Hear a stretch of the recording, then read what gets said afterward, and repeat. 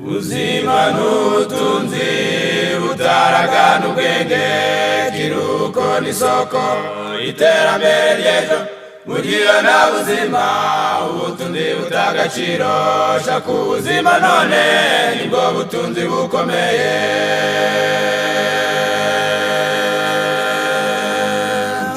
Muntu ufite ubuzima bwiza agira umumaro muri byinshi, yari mwisi barishima kuko igezageza ku bandi, n'Imana ubwayo iranezerwa kuko ufite icyo umaze ku isi, nibwiguha inshingano nziza zikomeye z'iby'umwuka.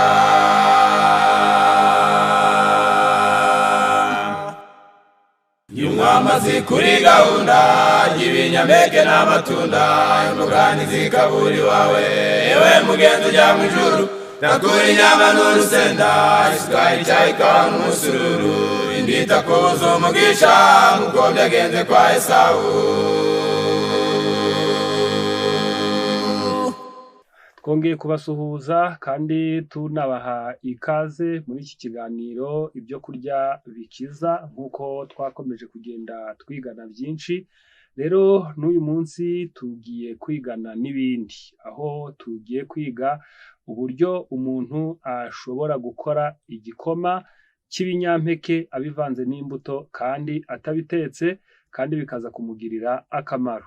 Tubahaye ikaze rero. Njyewe turi kumwe nitwa Mboneza Thomas. Reka dusenge. Urakoze Data wa twese uri mu ijuru, tugushimiye yuko ukomeje kubana natwe, waraturinze, waraturindiye, waturemeye ibyo kudutunga kandi byadukiza indwara, uhabwa icyubahiro.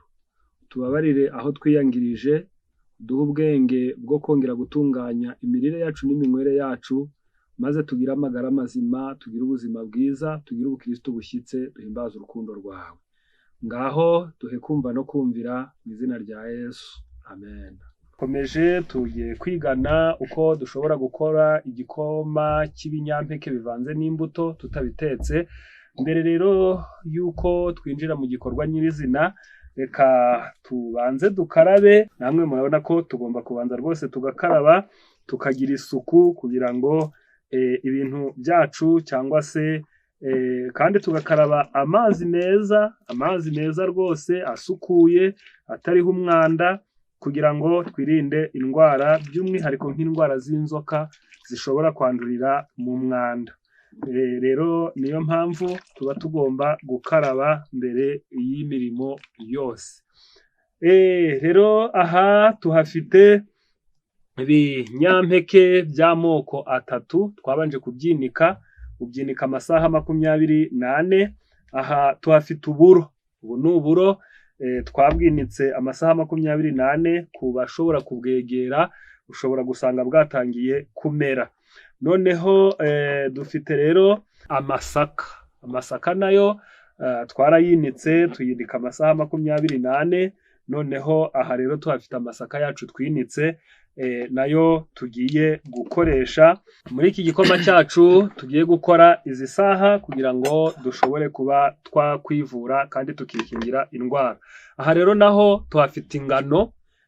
Izi ngano rwose nazo twarazinitse, noneho turangije nazo urabona ko zimeze neza.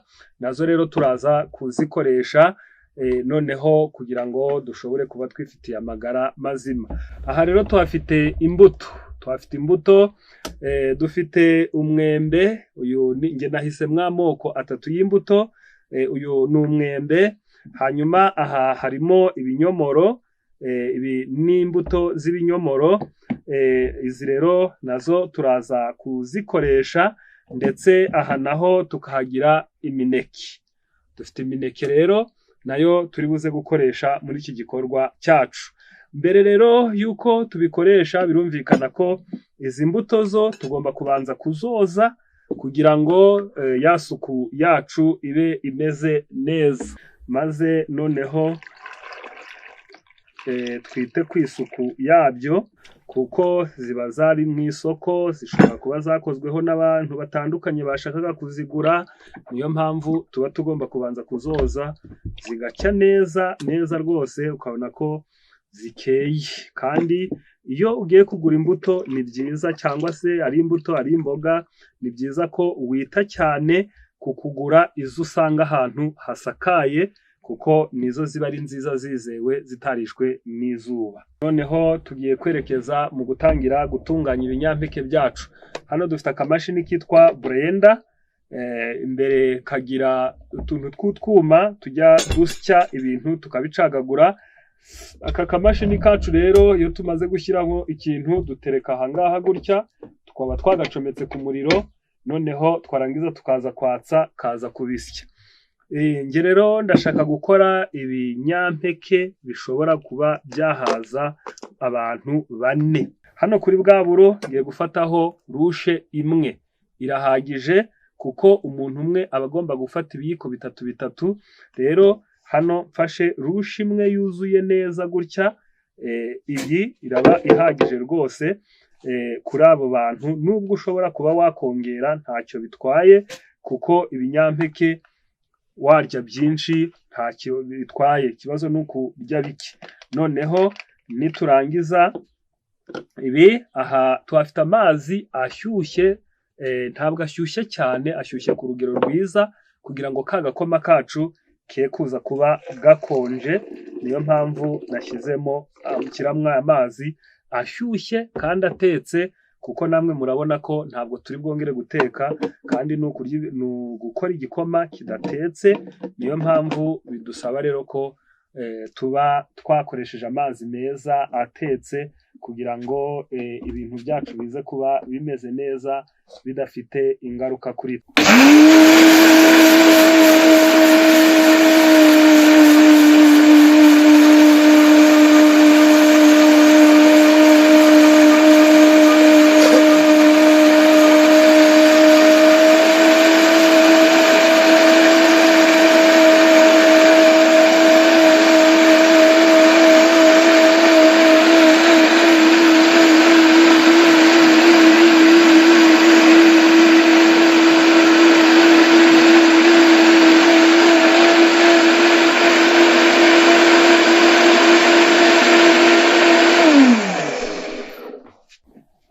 Uburo bwacu rero bumaze kunoga, dore bwabaye agakoma keza. Murabona ko rwose bwabaye agakoma keza, niyo mpamvu ubona ko uburo bwacu bumaze kunoga. Noneho iyo bumaze kunoga rero tugiye kubushyira muri iyi jage kugira ngo noneho dusye n'ibindi.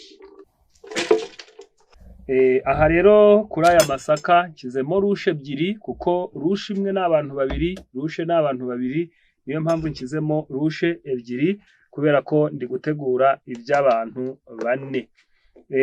Reka rero nabyo turashyiramo y'amazi ashyushye ku rugero rwiza, kubera rero ko amasaka ashobora gufata cyane, shyiramo amazi yiyongereye kuruta ayo nashyize muri bwa buro. Noneho narangiza nkongera ngapfundikira neza, narangiza ngashyira kuri ya blender yanjye kugira ngo nayo mbisye neza bize kuba binoze.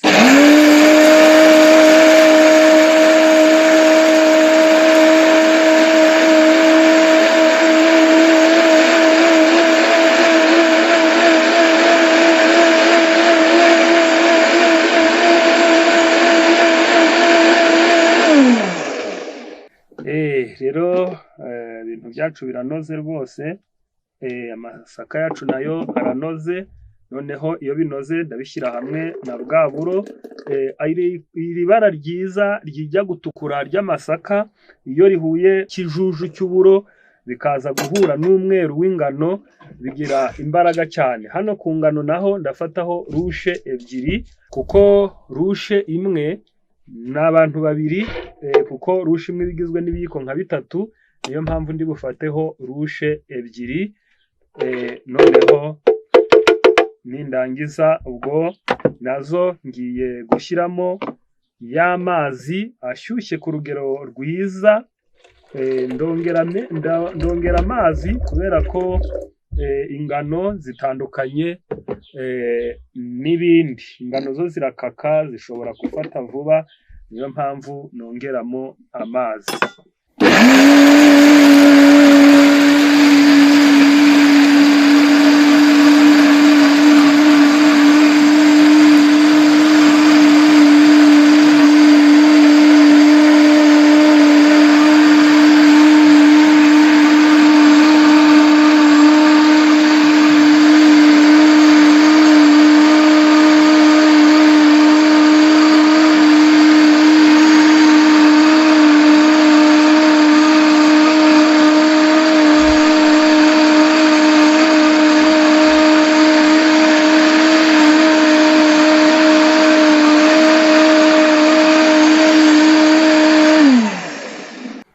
aha rero wa mwembe wacu nawo tugiye kuwutunganya kugira ngo nawo tuwusye noneho tuwukoremo cya gikoma. Uyu mwembe nta nubwo ari ngombwa ko ugomba kuwuhata kuko iyi mashini byose irabisya kandi ikaza rwose kuko nawogeje umeze neza, rero si ngombwa ko nza kuwuhata, ahubwo uyu mwembe wacu ndawukata neza rwose gutya kugira ngo imashini ize kuza kudufata, kuko ukase binini cyane nabwo hari igihe itagishobora kubifata, niyo mpamvu ukata ibyo ibasha kujya ifata, ntago zikomera, niyo mpamvu ninshaka zose ndazishyiriramo rimwe, yaba ari umwembe yaba ari ibinyomoro ndetse n'imineke byose kubishyiriramo rimwe ntacyo bitwara. Icyakora kubera ko ibinyampeke byo bidakomera ku rwego rumwe, niyo mpamvu bishyiramo mu buryo bugiye butandukanye. Iyo ubishyiriyemo rimwe nk'uburo burakomeye ntabwo bunoga, niyo mpamvu twagiye tubitandukanya muri ubwo buryo. Aka rero iki kinyomoro gishyiramo ibara ryiza ritukura ryahura n'umuhondo w'umwembe ndetse n'umweru w'umuneke, maze bigakora akabara keza, byahura rero n'ibara rya biriya binyampeke maze bikaza kuba bisa neza kandi biryoshye, ndetse bikaba bigiye kutwubakira n'ubwonko. Niyo mpamvu rero aya matunda yo ndabanza nkayahata, ariko nubwo utarihata iriya mashini ishobora gusya kano gashishwa ikagashobora, nuko numvishije nshaka kurihata.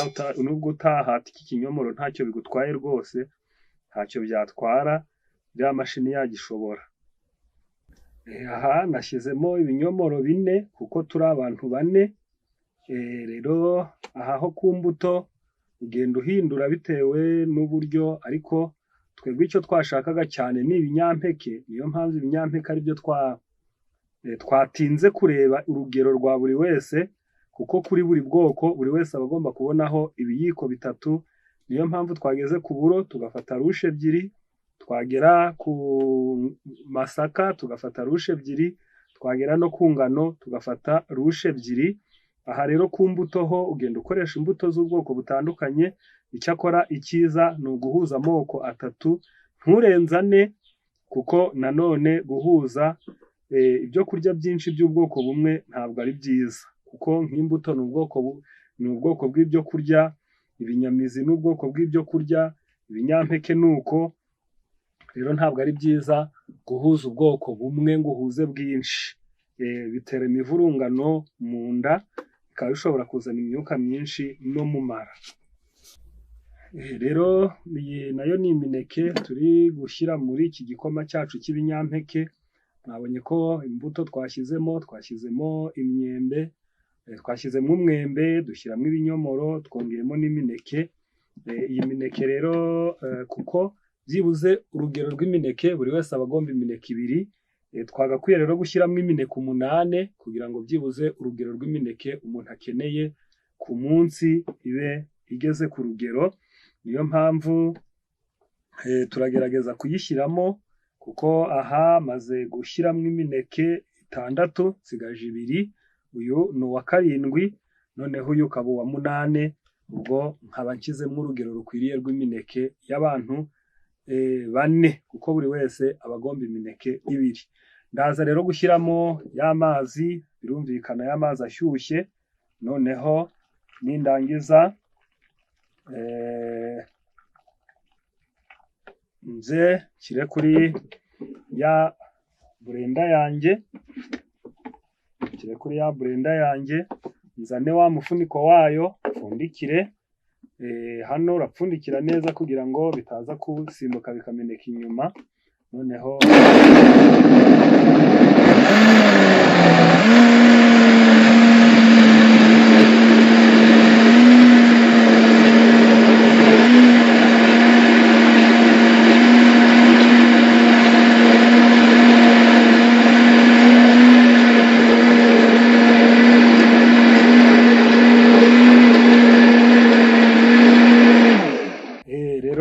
murabona ko rwose ni agakoma gafite isura nziza, ninza rero kugahuza n'aka biraba rwose ari agakoma gafite isura nziza cyane, ku buryo ngiye kubihuza noneho bivange neza. Urabona ko ibara riri kugenda ryivanga maze bikagenda bihinduka bisa neza rwose. Aka gakoma rero ni ingenzi ku bantu bananiwe, ku bantu bafite stress, ku bakoresha ubwonko cyane. Aka gakoma ni ingenzi kuko kongera kububakira ubwonko maze karangiza kakabasubirizamo ubuzima n'ubutaraga. Reka rero noneho mu kanya turaza tubasobanurira akamaro ka buri cyose twashyize muri aka gakoma. Ingano, dufite uburo, dufite amasaka, ibyo ni ibinyampeke. Tubihuza n'imbuto z'amoko atatu: imineke, umwembe ndetse n'ibinyomoro. Reka rero duhere ku ngano. Bwa mbere, ingano ni umwami w'ibinyampeke, niyo mpamvu ni ibyo kurya by'ingenzi, ni isoko y'ubuzima n'imbaraga. Ziribwa buri munsi hakurikijwe uko umuntu yaziteguye. Birashoboka yuko wazirya nk'impeke, ushobora kuzirya mu mukati, wazirya mu mutsima, wazinywa mu gikoma, wazimeza ukazirya ari umumero, bitewe n'uko waziteguye, ariko zirakenewe buri munsi. Ni ingenzi kuko zifite poroteyine, ntabwo zigira rezine, niyo mpamvu zikeneye ibinyamakakama nka za noix de coco, za soya, ndetse cyangwa se n'imbuto kugira ngo bijyane, kuko ntabwo zigira amakakama. Zikenewe kongererwa ibinyamisogwe cyangwa se imbuto kugira ngo bijyane. Izi ni ingano, zifite poroteyine, zifite fibre, zifite isukari ya amido, zifite vitamine yo mu bwoko bwa B, zikungahaye ku myunyungugu, zifite amavuta kandi ni umwami w'ibinyampeke. Naho uburo bufite imyunyungugu nka phosphore, magnesium, fer, silice, fluore, manganese, isukari, bufite poroteyine, bufite amavuta make, bufite amavitamine, bufite imyunyungugu nk'iyi tumaze kuvuga. Ni ibyo kurya by'abantu basabwa ubuhanga. Uburo butera ubwonko guhagarara neza, burakenewe ku bafite amaraso akennye kuko bwongera amaraso ku kigero cy'9 igihe umuntu akeneye 18 buri munsi.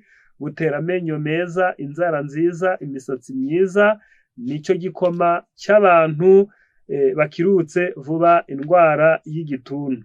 Uburo rero bukungahaye kuri fere kandi bufite rezine, bukoresha neza amara. Uburo burakenewe cyane igihe hari ubujiji kugira ngo abantu bashobore kujijuka.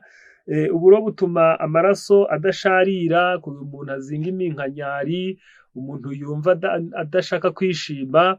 Icyo gihe uburo burakenewe, buhembura umubiri kandi butera kujijuka.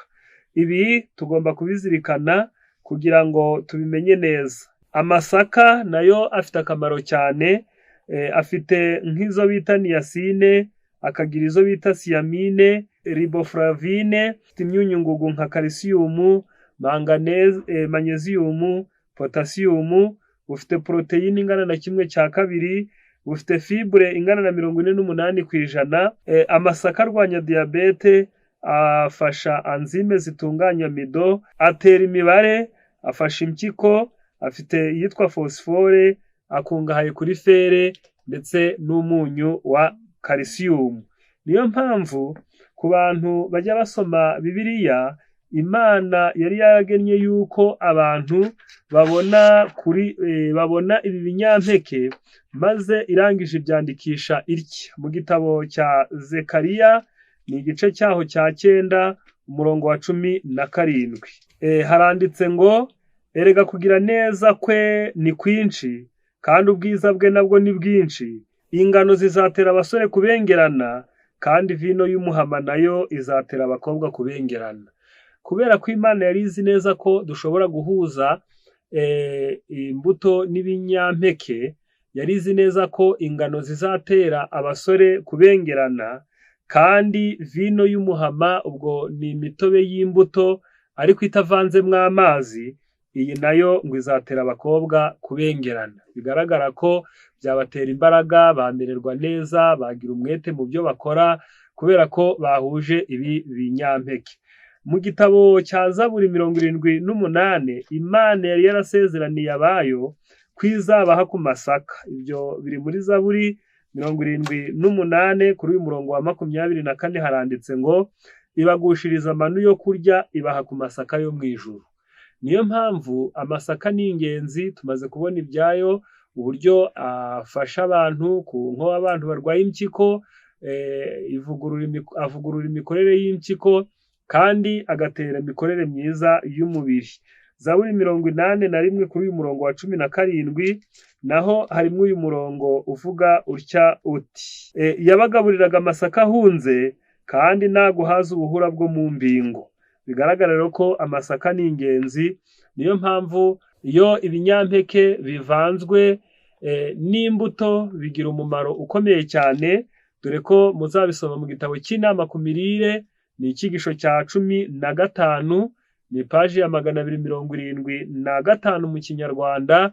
Haranditse ngo mu ijoro ryahise neretswe ibintu byinshi byerekeranye no gukora no kugurisha ibyo kurya bizanira imibiri yacu amagara mazima.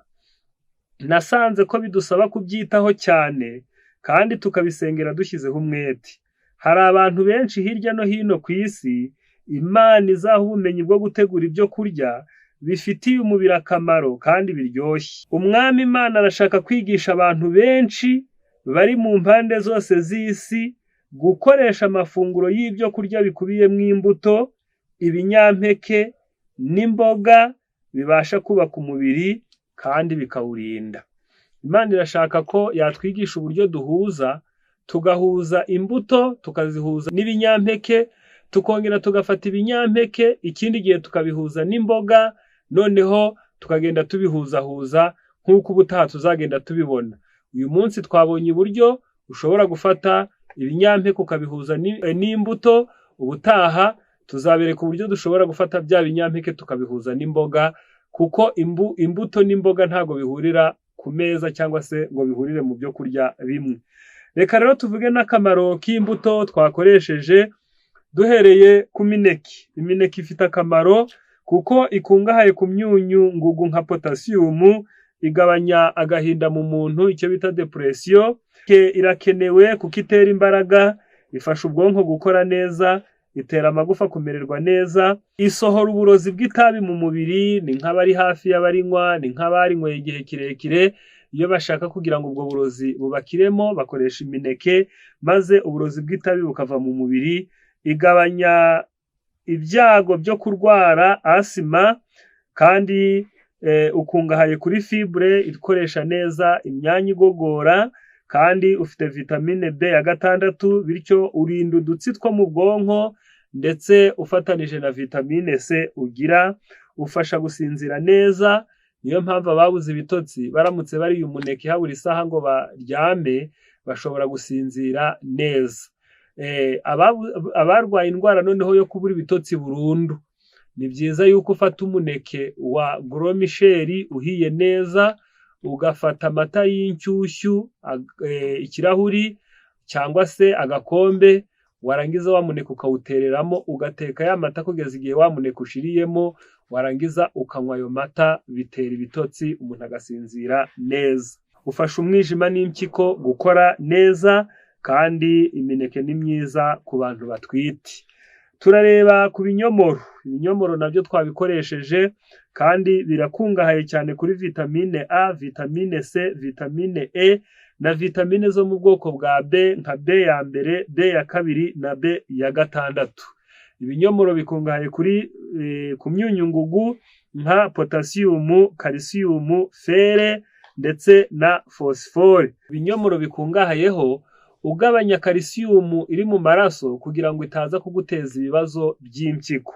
Noneho ibinyomoro bibasha kugabanya isukari ku barwayi ba diyabete, bisukura umubiri, bigakuramo amavuta mabi nk'urugimbu rwa cholesterol, amavuta yagiye asazira mu mubiri, nk'ayo twariye yarakoreshejwe, nk'ay'abantu bagiye barya yashyuhijwe, nk'ay'abantu bagiye barya aremereye. Icyo gihe rero ibinyomoro biyakura mu mubiri. Kubirya bitera uruhu rwiza, bituma abantu bagira uruhu runoze, rumeze neza. Bigabanya urugimbu mu maraso, twari tumaze kubivuga. Turi kurebera hamwe akamaro k'ibinyomoro bisukura amaraso bikayarinda umugese, bitera kurama kuko birwanya imbuto z'indwara nk'izo bita radical libre, ibinyomoro birazirwanya. Nanone bitera kureba neza kuko bifite vitamine A. Turasoreza rero ku kamaro k'umwembe. Uyu mwembe ufite vitamine zirenga 20 ndetse niyo bita fibre ifasha igogora kugenda neza. Muri izo vitamine harimo vitamine C, harimo vitamine A, harimo vitamine E ndetse na vitamine K ituma amaraso yacu agenda ku rugero rwiza, ntavure kandi ntabe amazi. Ufite imyunyungugu nka potassium, ufasha abarwaye umutima. Ibishishwa byawo bibamo iyitwa phytonutrine ifasha umubiri guhangana n'indwara zitandukanye zirimo kanseri, diabete ndetse n'umutima. Umwembe rero ufasha abantu barwaye diabete, ugabanya urugimbu, urinda gusaza vuba, utera kwituma neza. Reka rero ibi tubikunde, tumenye neza ko iki ari ikiganiro cy'ibyo kurya bikiza.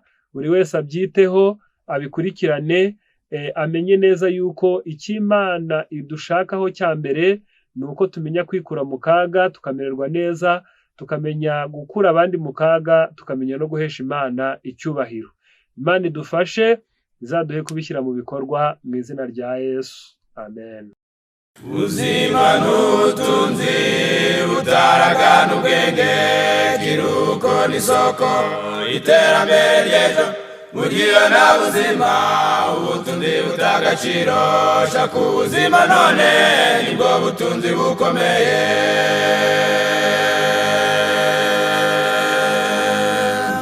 Muntu ufite ubuzima bwiza agira umumaro muri byinshi. Yari mwisi barishima kuko igezageza ku bandi, n'Imana ubwayo iranezerwa kuko ufite icyo umaze ku isi. Nibwiguhe inshingano nziza zikomeye z'iby'umwuka.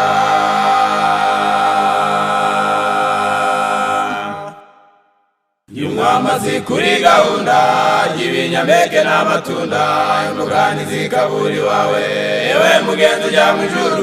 Nakura inyama n'urusenda, isukari, icyayi, ikawa n'umusururu, indita kuza umugisha nk'uko byagenze kwa Esawu.